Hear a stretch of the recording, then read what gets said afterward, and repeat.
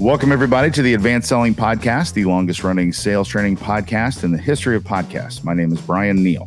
My name is Bill Caskey. And we are here every week for your listening enjoyment. We need it. Maybe we should try, maybe we would get more downloads if we read in true crime podcast version. I'll try that next. You know what I mean? Mm-hmm. They use the really slow and they you know what I mean? Change our whole voice. Yeah, change everything. Can we AI our voice? Like if we just give AI some samples and then we don't, that way we don't have to be here. I don't even have to see you or look at you or listen to you. It's the AI. Yes, I think. And I saw someone do this. I've not done this yet. You should do this, Bill. I'm going to try this. My coach told me to do this too. Long time ago, and someone just did it. Ask AI to do stuff in the voice of Bill Caskey from the Advanced Selling Podcast. Yeah. Yeah. And go but look don't at you all. have to give it a sample? Not even the voice. I'm not talking the voice. I mean, write something. Write the voice. Yeah. Write something that, and it'll go out and look. That's wild. Yeah. I heard, I got an email the other day that said, if you'd like to use your voice and convert it to AI, and I thought, okay, so I went to the website and there was a real voice where you clicked a start button and you heard the real voice and then you heard the AI voice. Yeah. And I wish I should have recorded this because the real voice said something like, have you ever thought about using AI for your voice? And then the AI voice said, have you ever thought about using AI for your voice? And it's like, why would you put that on your website? The I in AI, of all the acronyms that should be right, it would be AI, but it was obvious. And so I'm like, why would they put that on? Anyway. Okay. So, when men and women watch basketball or sports, it's funny, it's interesting. And my wife is a really avid sports fan, especially the Indiana Pacers. It's our professional basketball team here in the U.S. and in Indiana. It's been around for 40 years. I was a huge Pacer fan, still am. And, we've had decent years and not so decent years. And it always seems, but this is the way with every franchise. It seems like the fan base feels like, oh yeah, we get up 10 points in the fourth quarter. There's no way we're going to hold that lead. I mean, but that's just sports. People come back, you know it from football. I mean, and so we were watching the Pacers-Knicks series, and it was, I don't know, game 6 or whatever, and the Pacers were just dominating, and they were up 18 points with 1:30 to go. Yeah. And I said, I'm going to bed. She's like, you're going to bed? I mean, this is not over. Like 18 points with a minute and a half. And I made fun of her, and then she didn't like that. And I said, I'm going to use this on the podcast. But it is funny how we've all done it. Now, if it was 5 minutes, I'd probably say, I'm not sure, because it's always a chance. But, that's a bit tough. That would have been too much. And what does that say about our fan bases? Like that, it's like as soon as something's going good, just wait, we're going to exactly. I'm like, I was on Twitter looking at the Pacer fan base, and it was like whenever we throw the ball away, it's like, yep, there you go. There it goes. There you go. This thing's over. We're giving it over. You talk about an overperforming team, a team that barely made the playoffs this year and is now in the Eastern Conference Finals. I mean, everyone should be elated. Not fan bases though. It's the whole thing. I know. And then I think it's also funny that whenever you have an underperforming team, like going in, they're not supposed to actually win the finals, and then they get close. Now everyone forgets that they're not supposed to win. They're supposed to win the finals. Like, well, we gave it away. See, we gave it away. I'm like, you weren't even supposed to be there, man. You made the play. So true. It's true, isn't it? It's funny to watch. Yeah, that's good. Well, it's been great for our city. Pacers run is really good for. Who knows? By the time you hear this, will probably be either in the finals or we'll be out. Yeah. We'll be swept. They're going to sweep us. That's funny. Okay, topic today. We're going to talk. We got to couch this up a little bit. So we're talking to everyone here, and I know some of you are looking for your next sales gig, and you're in this mode. You're in that open to work phase, as LinkedIn shows its little green banner. Mm-hmm. And some of you are not, but those of you who are not either have been or could potentially will be looking for that next gig. And so this is really speaking to you, no matter where you are on that side of the fence, to say, interesting thing. We're going to talk a little bit about how to be, more about how to be than what to do, but maybe a little what to do, as we'll see, on in that little window from when I'm thinking about leaving my gig or I'm forced to leave my gig to finding the next one and then getting ready to start, like how to show up for all that. We mentioned a little bit in the last episode. We didn't segue it over, but we kind of inspired the topic here because I've seen a lot of people open to work right now. A lot of people are on the street and looking, and a lot of people are thinking about looking. I've had 2 instances of people where they both left their companies with no job because they just weren't happy with the culture and they weren't fulfilled. And, they're a little nervous. One of them she's never had to look for a job ever because she's always just gotten the next thing. So just some ideas or some discussion about how to be when we're in that mode, that season of life. And those of you listening, you're probably like, maybe I should think about this.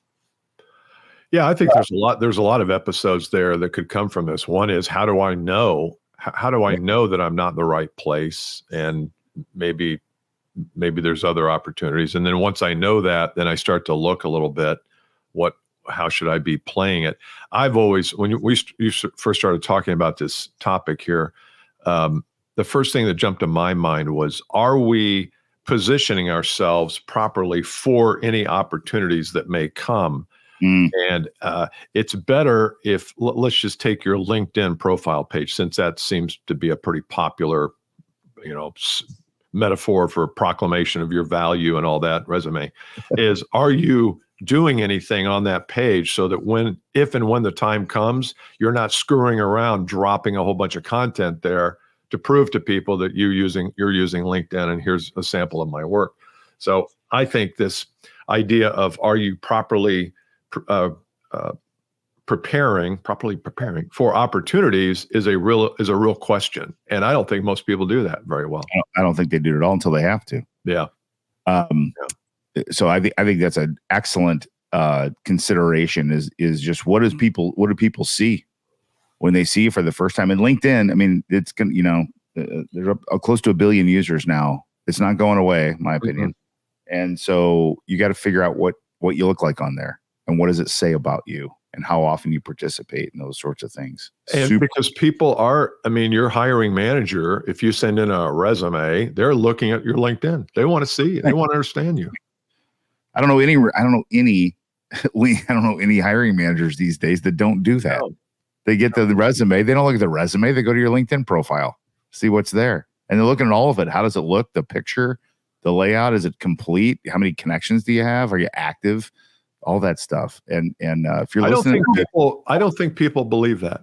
I believe that, but I think 80% of the gen pop of sales professionals do not believe still to this day that when you start looking for another position, people go to your LinkedIn page. I don't think they believe that.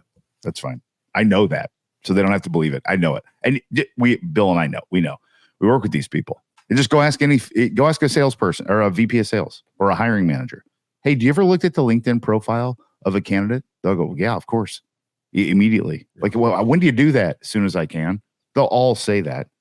All of them will, Yeah, because they're looking for a way we're all looking for a way to save time.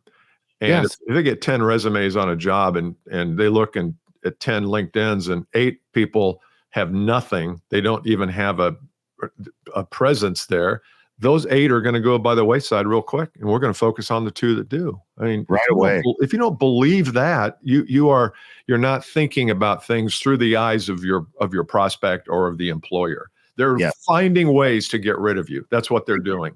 Bravo. And if they can't get rid of you because you are a pro, you'll get the opportunity, and you can ask for whatever you want. We always say, well, we want to command a premium in the marketplace. Well, you're not going to command a premium if you're not even visible. If people can't find you. Everyone wants to know, like, well, why are you best for this job, Bill? What makes you different than the rest of the candidates? I'm like, did you look at my LinkedIn profile? Do any of them look like that? Not in a cocky way, but that's the difference. Yeah. And if that looks different than the other ones, and that's how I'm different. If mine looks identical to all theirs, then we're all the same. Let's explore something else. But that's a easy, and it's so easy to do this, to get it up to date. Simple. Yeah. Oh my God. I was telling you, my son-in-law, and I don't know if he shot a video. I think he did. He's in the construction business, and I said, look, you got to get your profile right. So he did. He changed the picture, changed the banner, did a nice job. It looked good. because he was looking for another position. He's moving to Indy, and I said, you should shoot a video on a job site and talk about, over there we've got this and these panels here don't go with that, and we've had to make some changes because of the water line. We just talk about what you do. Awesome. I think he did. He said he was going to do it. He said he did it, but that is the kind of thing that people would love to see. So now I go to his LinkedIn page, and not only do I see all the written stuff, but I see a video where he's talking about the work he does, and he's proud of it, and he's, people can sense that. So good. Yeah. You imagine that? Imagine getting as the owner of a construction company a video from a guy like that, and like, okay, we need this dude on our team. By the way, not only do we need him on the team, we need him to teach the rest of our estimators how to do this. Yeah. I mean, it's instant differentiation. Instant. Yeah. And it's so good. So Yeah. good. So that's a thing I think that people need to look at it. I'm going to go now to the live version. Yeah, that's fine. Yeah, that's cool. Yeah. And you have got to stay connected to your network when you don't need it. And so many people do not stay connected to their networks until they need it. And two bad things come from that. One is your network can get a little put off by that. That makes sense.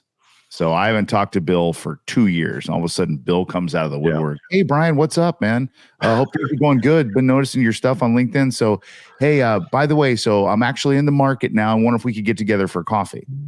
Now, I'm not saying I want to get together for coffee with Bill every 10 minutes for 2 years, but that's a little too abrupt. You know what I mean? There's been no stoking of the relationship. That it can turn off. That's one thing that can happen. The second thing, though, this is like fishing without a line in the water, is you miss good timing. You miss the opportunity to give yourself good timing. So if I'm constantly working my network consistently, persistently, I give myself a chance to run into opportunities. And so many people don't do that because they're so busy only focused on the sales side of their life. They forget about their network. And all of a sudden, I'm like, well, I didn't know you were even open to looking for a job. I've got this client, when you weren't even looking.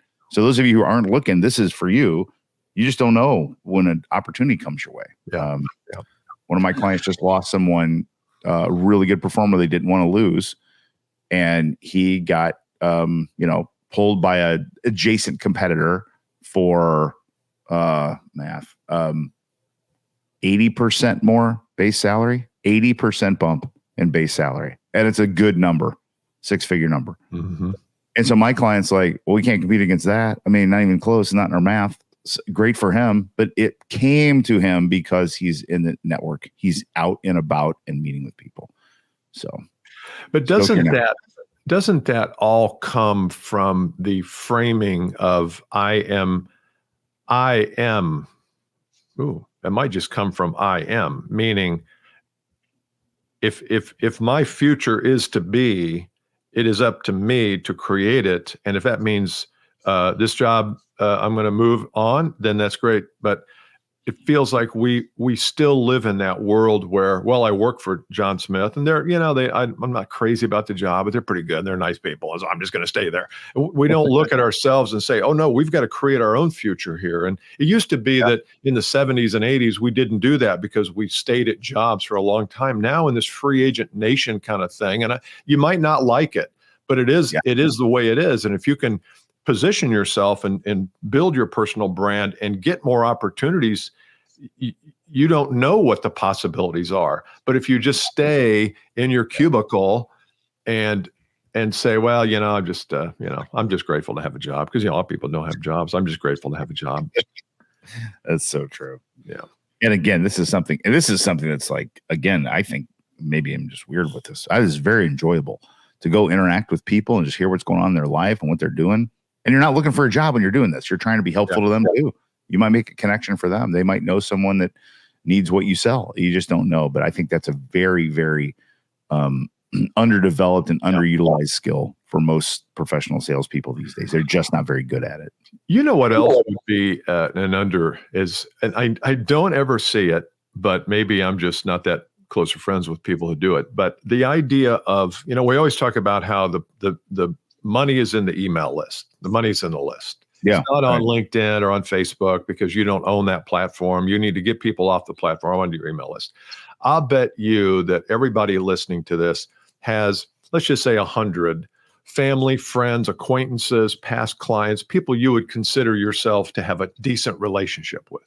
Why don't we send periodic emails to that list, not asking for anything, but just, hey, you're on my list. You're one of my friends, and I just decided that every month I was going to send an email out, maybe share with you some of the books I'm reading, some of the podcasts I'm listening to.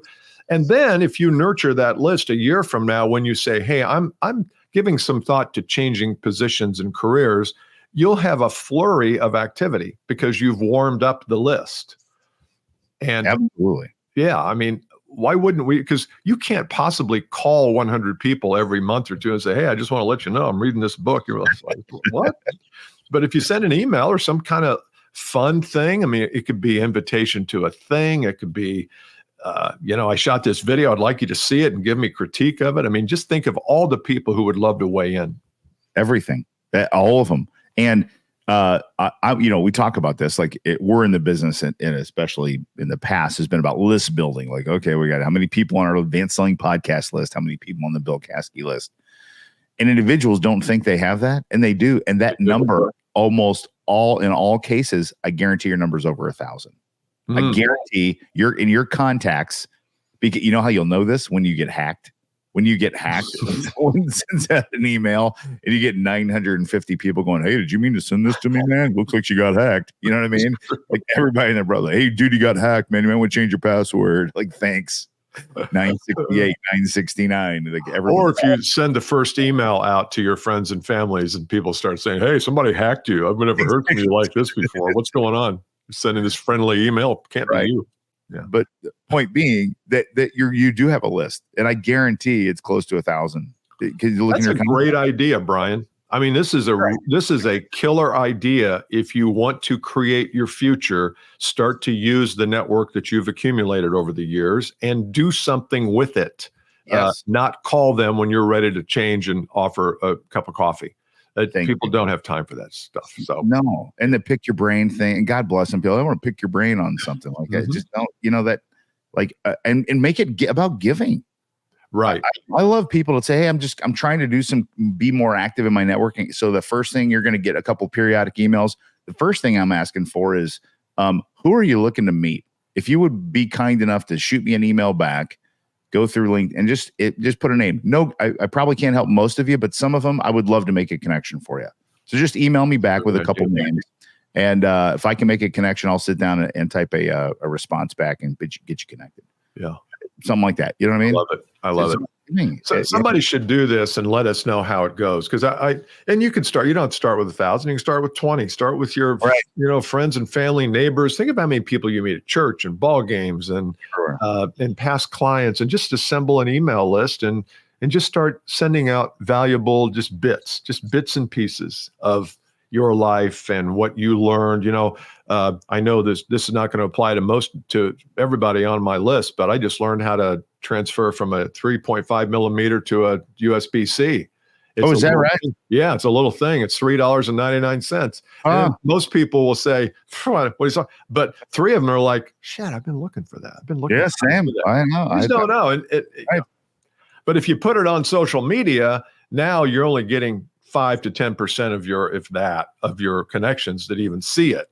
Yes. So at least with email, you're kind of assuring that people will read it or look at it. So I think people should do that. I might even do that. That's great. It's just for my next opportunity. Who knows? Exactly right.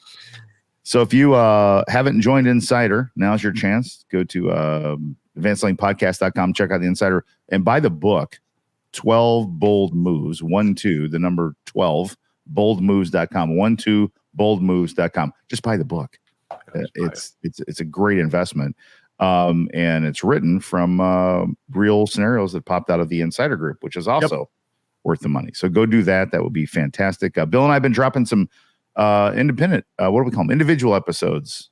Solo episodes. Yeah. So check those out too. That'll be fun to get to hear from us So it's not near as fun as when we work together. But it is not, but it gives us a chance to dive a little deeper into a topic where we want, maybe you have some expertise in areas that I don't, and vice versa. And it's, we'll see. We'll do it for 90 days, see how you guys like it. But we'd love to hear feedback on it. That'd be awesome. Okay. Go email your list. See ya. Bye.